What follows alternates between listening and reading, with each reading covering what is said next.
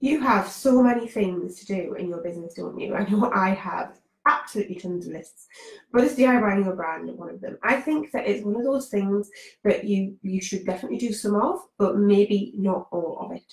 So I've split down all of the design process into 3 stages so that we can talk about those stages and work out what you should do and what you shouldn't. So the first stage is preparation. So before you start working on your brand, you need to know what it is that you stand for. You need to know what it is that is important to you, to your business, to your clients, who they are, and just really get a really firm grip on what it is that your business really is all about, so that you can absolutely nail down on that and make sure that your branding is really, really fantastic and serves a really good purpose for your business. So I have a lot of questions that I ask clients when I meet them. I have this is the sheets that I use here, and we have a really good conversation. I have loads of questions and I fill them all in, and I get to ask further questions and be really nosy about stuff, and it's a lot of fun. But the most important thing is that it helps me to get a really good handle on who my clients are and what their business is all about, so I can do a much better job as a result. Absolutely love doing this part of the process, and we always do this. All of my clients either in person or face to face. Can you do this bit yourself though, is kind of the point of the question, and I think the answer is yes, of course you can. If you are going to do this part yourself though, it is extremely important, if you are not going to do it yourself, that you pass all of this information on to somebody else, to that person who is going to work on your business, so that they have all of that information. So the questions that you should be asking are things like, why did you start your business? Why do you keep going in your business? What is it that you actually do? Who are your customers? What are your brand values and brand personality? What are your future plans? So you can think really big here. You can look into the future and think, what do I ultimately want the business to look like? Because you want to have branding that is going to work for you in the future as well as now, you know, as your business grows. And when you get to that point, you want to make sure that your image is aligned with your clients and your vision and your values. So think about things like who your competitors are as well, and how you stand out from them. What are you really good at? What matters to you about the way you do business? How do you want to make people feel? And then finally start thinking about things like the design. You know, what do you like and what do you not like? You know, if you go and grab a load of magazines, get the scissors and glue out, just collect some information, some imagery, and say, I like this stuff, don't like this stuff, and work out, you know, other parts of the stuff that you like that you could utilize for your own business. Not to copy off, but as inspiration to help you get some further ideas, which we'll go on to next, because the next step is creation. So this is probably the hardest part, but it's also quite exciting. So visual branding involves things like creating and drawing and thinking and sketching, and of course using the computer in the end. But you don't want to start there. You should leave your computer, leave your phone, leave the TV, no screens, go away from anybody else and see what you can come up with. So you can start off just scribbling ideas of things that you can see in those questions that you've written. You know, what sort of imagery is coming out at you from those answers, you know, what tools you use in your business, even pictures of stick men, like creating like a little stick diagram process of what it is that happens in your business can be really helpful. You might find that working on the idea of creating your logo straight away is a little overwhelming. So if that's the case, you can hone down the colours and fonts, you can look at the patterns and the illustrations and the icons and think about what might work for you in your business and sketch out some shapes and ideas, and think carefully about everything that you already discovered in part 1. So all those questions that you answered, that stuff is really crucial. You need to be referring to that all the time so you can create something that really does actually have legs, that is going to last and that really stands for your business. So take some time to revisit those questions over and over again, so that you'll be able to attract your ideal clients and want to know more about you, and you can create something that really does encompass what you are all about.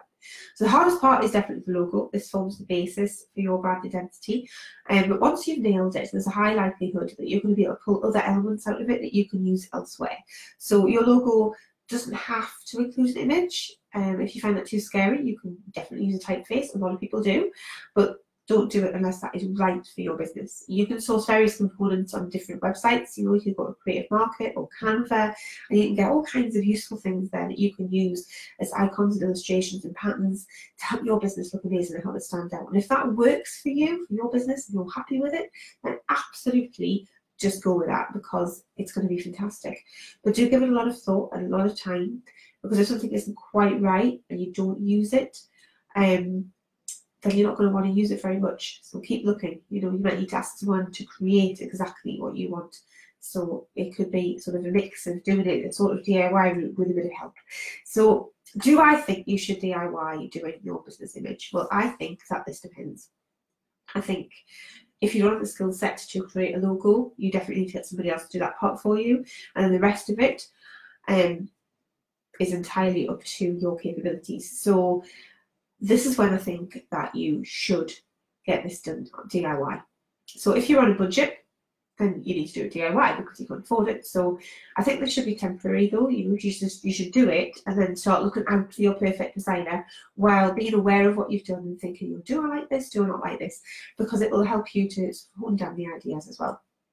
If you want to learn how to do it yourself, which is fine, loads of people want to be able to do these things yourself, so spend some time learning on how to do that. If you have got lots of time and you want to fill it, then you know you can definitely spend some time working on your brand identity. If you're setting yourself a challenge, I know I like to set myself challenges. I'm like, I'm going to do this and I'm not going to get any help, because I do quite like to be quite independent about things. If you're not quite ready to hire someone yet, you're still figuring out the pieces, and that can be really good. If you've just started your business, you pretty definitely do not want to go and hire someone to work on your logo right away. Depending on what your business is, it does matter. For some businesses, it matters more than others. But quite often, you can get started without actually having a brand identity because you haven't figured it out yet. You don't know who your clients are. You don't know if you're going to approach these set of people or this set of people. You don't know if your business is actually going to go quite the way that you thought it was. Maybe you might think you're going to be doing a bit of this over here, but actually you end up doing more of this. And this is the stuff that's bringing the money in. So it's important to figure this stuff out first. So if you're still testing your ideas, then don't feel bad about not getting anybody to sort your branding out. Do a bit of a DIY job and see how it works.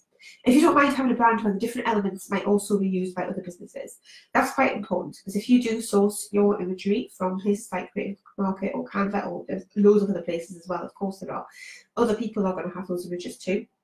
And if that doesn't really matter to you, then don't worry about it. But if it does, then it's something that you might want to consider. And then finally, if you have other business building priorities, sometimes you just can't do everything at once. So you might need to be working out other parts of your business before you go ahead and work on the branding, because you have to work it all out bit by bit.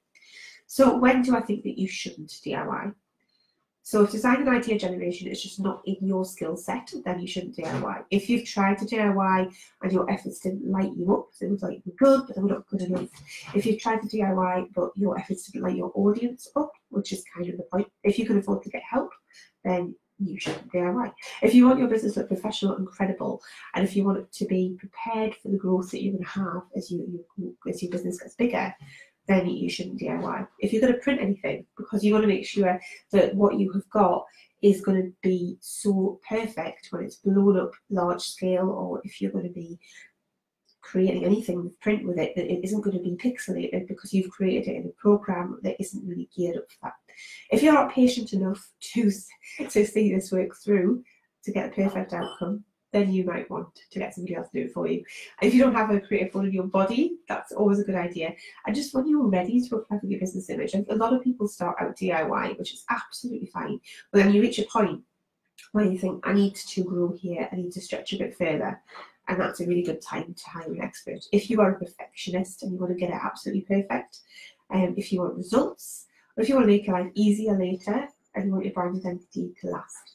And of course, one of the key reasons that you should do this yourself is if you're DIY, you're likely to be familiar with design software. So I just mentioned before about pixelated images. So it's really important to have the right files. And you don't want to spend your life on YouTube working out how to use different design software so that you can create exactly what you want perfectly. Because if you've got the right software, then you can do all kinds of amazing things in there to like really get the ideas that you've got in your head onto the screen and then obviously on the paper. But also, if you use a designer, you're going to find that you don't just get the assets that you think you need, but the assets that you really do need, that you didn't really need, that are going to be useful for you to have. For example, if someone says to you, can I have a vector of your logo and that? No, you can't. I don't have one. That could be a little bit awkward, because then you might need to go and get your logo redrawn anyway. So it's really useful to be prepared for every eventuality. and just have that bit more control over your brand so that it's perfect and nobody else has anything like that. And when you've got all of this tied together, you can create yourself a brand style guide. Now this is something you can definitely do yourself. It is not hard.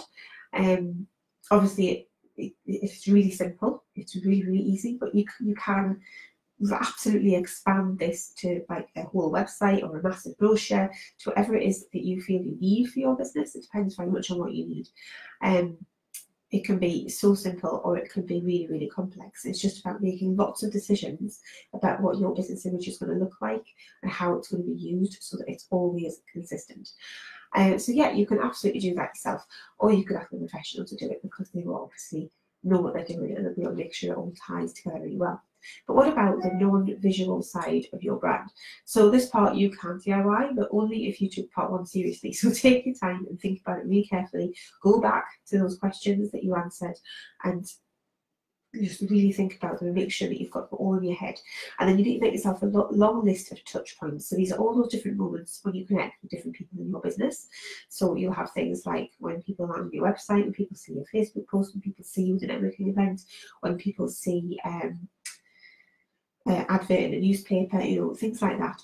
So have all of your touch points, and then have your values and your personality, your things that get your ideal client excited, and then for each of the touch points, work out how you can incorporate each one of these things in each touch point at each moment that someone connects with your business, so that you've got your brand running right through each of those moments. So you can make yourself a chart that's quite easy to do and decide what you can do yourself and what you need to get some help with at each of those moments.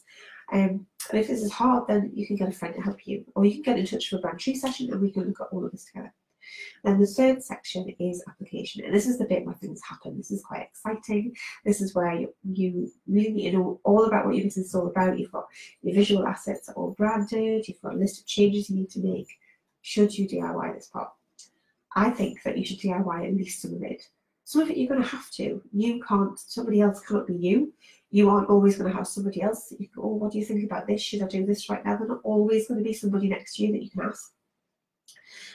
So it's really important to be able to do this bit yourself, because there's a lot of stuff that you'll be doing spur of the moment and you need to know that you'll be able to do it all right. Applying branding is down to skill set, time and training. So if you've been DIYing up to this point, you can probably do it no problem. Canva is so easy and it's so amazing for creating graphics, especially things like social media ones. I absolutely recommend it for this purpose. You can design all sorts of things now, although I don't necessarily think that you should, because it can be a bit clunky. You'd have to have a good look at what you want to design and decide if you were going to design it yourself or if it would be better suited to get somebody else to do that, because it's just going to be too hard. Things like designing a website, for example, can be quite complex, but you might find that you're actually really good at it. So just be really honest with yourself, because you're not going to know any more than I am. You know, you're going to know more than I am, definitely going to know more than I am, what you are capable of doing.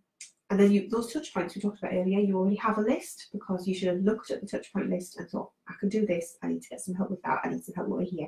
But don't be afraid to ask for help, ever, because people do like to help you. And I think it's important not to worry about doing it all the time. So should you DIY your brand, or should you get somebody else to help you out with it? I really do think that it's up to you, but you should do at least some of it. So if you like this video, please share and subscribe and keep an eye out for the next one.